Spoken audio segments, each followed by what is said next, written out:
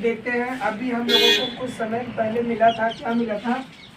आप लोग भी पूछ रहे थे सर ये अनिश्चित क्या होता है, अपूर्ण क्या होता है, पूर्ण क्या होता है। बात समझ में आ रही है ना? पूर्ण और अपूर्ण क्या होता है। तो हमने इसका कुछ डिफिनीशन कुछ अपनी तरफ से लिख दिया है आपको समझने के लिए। आप इसको बस ध्यान से देखिएगा, समझ में आ जाएगा। यदि आपसे कोई पूछता है कि सर अनिश्चित किसे कहते हैं, यानी अनिश्चित क्या होता है, अनिश्चित शब्द का मतलब क्या होता है, तो बस आप मेरी बात को ध्यान से सुनिए, आपको समझ में आ जाएगा। लिखा है जब कोई तथ्य निश्चित ना हो, निश्चित ना हो, यानी कोई भी बात अगर निश्चित नहीं है तो वो अनिश्चित कहलाती है। अभी हम आपको समझाते एग्जाम्पल के तौर पे, या फिर कह सकते हैं वो बात पक्का ना हो। जैसे हमने कहा, यहाँ पे एक एग्जाम्पल ले लिया, देखिएगा, राजू चोरी करता है, राजू चोरी करता है। आ रही बात समझ में? अब इसमें ये बात फिक्स नहीं, इसमें सिर्फ ये बताया गया है कि राजू जो है चोरी करता है ना।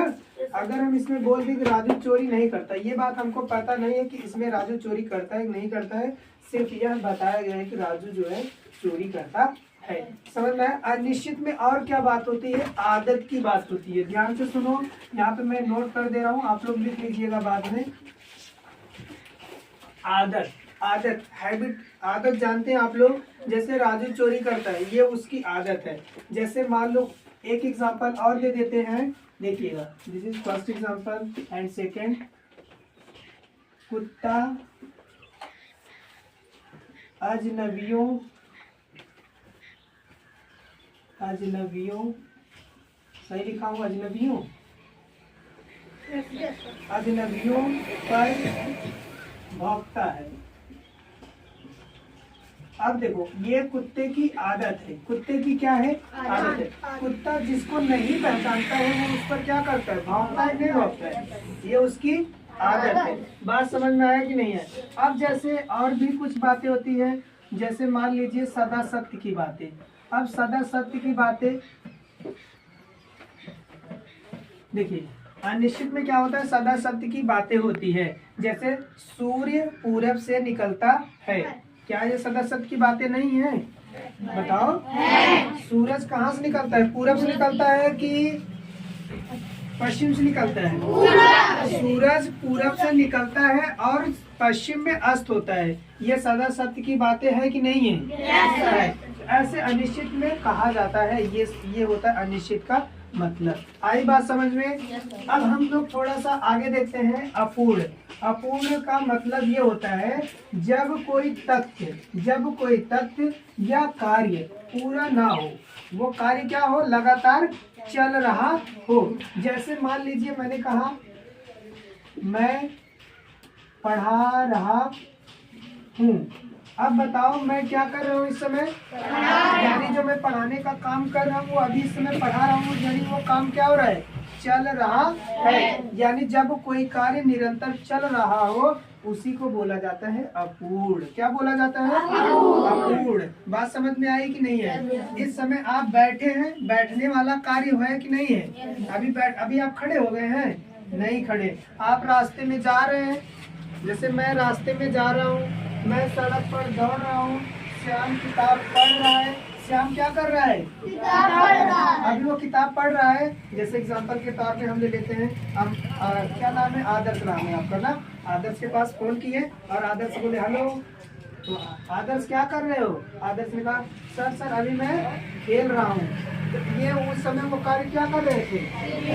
यानी वो कार्य क्या है? लगातार चल रहा है। जब कोई कार्य लगातार चल रही होती है उसी को बोला जाता है अपूर्ण। नहीं समझ में आया? आ गया ना अच्छे से? कोई प्रॉब्लम? बहुत बढ़िया, आगे चलिए। अब आगे देखते हैं पूर्ण।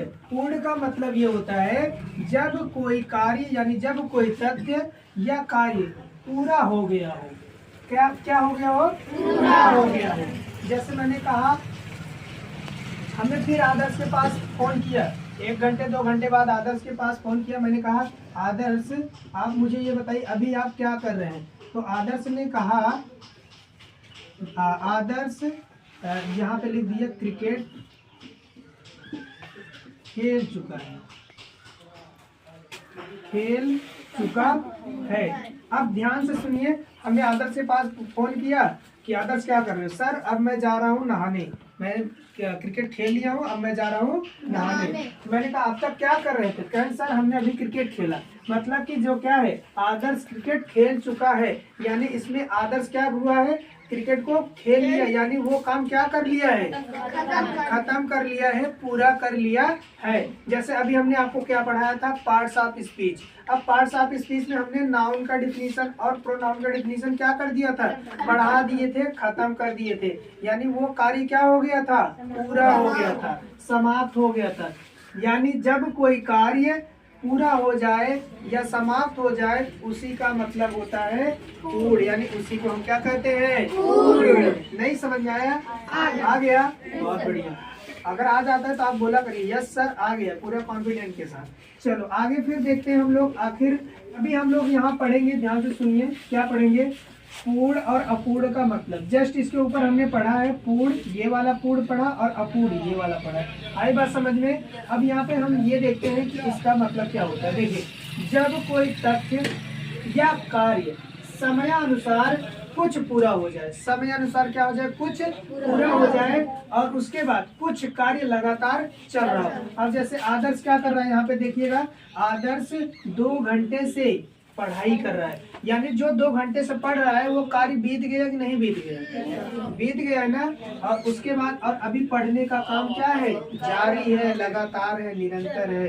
बात समझ में आया कि नहीं है? तो बच्चों आप लोग को समझ में आया? अनिश्चित, अपूर्ण, पूर्ण और पूर्ण, ये हमको टेस्ट में मिलते हैं ना? मिलते हैं नहीं मिलते? मिलते। अब आप लोग मुझे बताइए, अनिश्चित का मतलब क्या होता है? बोलो। जब कोई तथ्य निश्चित ना हो। अपूर्ण का मतलब जब कोई कार्य लगातार चल रहा हो। पूर्ण का मतलब बोलो जोर से, जब कोई कार्य पूरा हो गया। और पूर्ण अपूर्ण का मतलब जब कोई हाँ बस जब कोई कार्य समय अनुसार कुछ पूरा हो जाए या पूरा हो गया हो, और कुछ कार्य उसके बाद जो कार्य रहेगा वो उस समय चल रहा हो।